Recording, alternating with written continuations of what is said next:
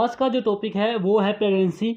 तो सबसे पहले प्रेगनेंसी होती क्या है, तो इसकी डेफिनेशन है कि it is the condition of female characterized by the presence of developing young one in the uterus. इसका मतलब ये है कि जो बच्चा होता है वो डिवेल्प होता है, बड़ा होता है यूट्रस में, और इस टर्म को हम कहते हैं प्रेगनेंसी। और जो प्रेगनेंसी का जो टाइम पीरियड होता है, जो कि फर्टिलाइजेशन से लेकर पास्चुरेशन तक का पीरियड होता है, उस पीरियड को हम कहते हैं जेस्टेशन पीरियड। तो अब आता है स्टेजेस ऑफ प्रेगनेंसी। तो जैसे कि आपको पता है कि जो प्रेगनेंसी होती है उसका जो टाइम पीरियड होता है उसे हम जेस्टेशन पीरियड कहते हैं।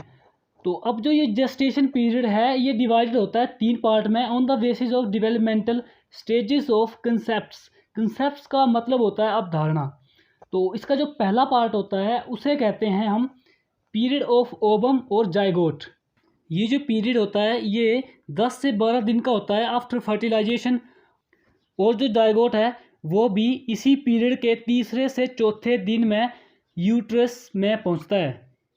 और जो जाइगोट है वो फ्री रहता है यूट्रस में for the short time of period, और ये जो पीरियड है वो है 8 से 15 दिन का।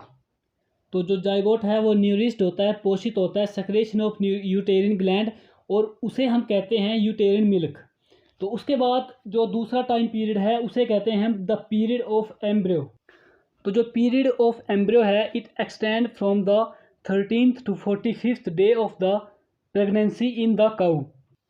और इसी पीरियड में डाइजेस्टिव सिस्टम, लंग्स, लीवर और सर्कुलेटरी सिस्टम जो है वो डेवलप होता है, और जो नर्व्स, मस्क्यूलो स्केलेटल और यूरोजेनाइटल सिस्टम्स जो हैं वो भी इसी पीरियड में शुरू हो जाते हैं डेवलप होना।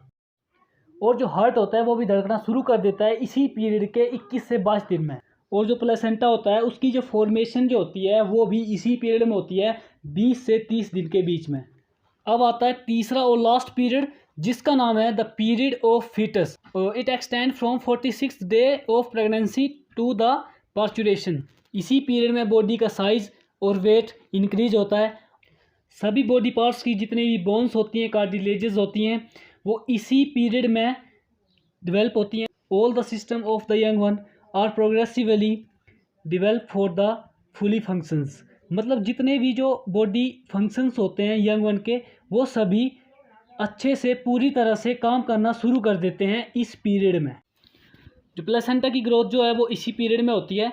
और सबसे लास्ट में आता है कि जितने भी हेयर्स आते हैं अराउंड द मसल और अराउंड द आइज़ वो आते हैं 150 दिन में, और पूरे बॉडी कोट पे जो हेयर्स आते हैं वो आते हैं 230 डेज़ पे इसी पीरियड में।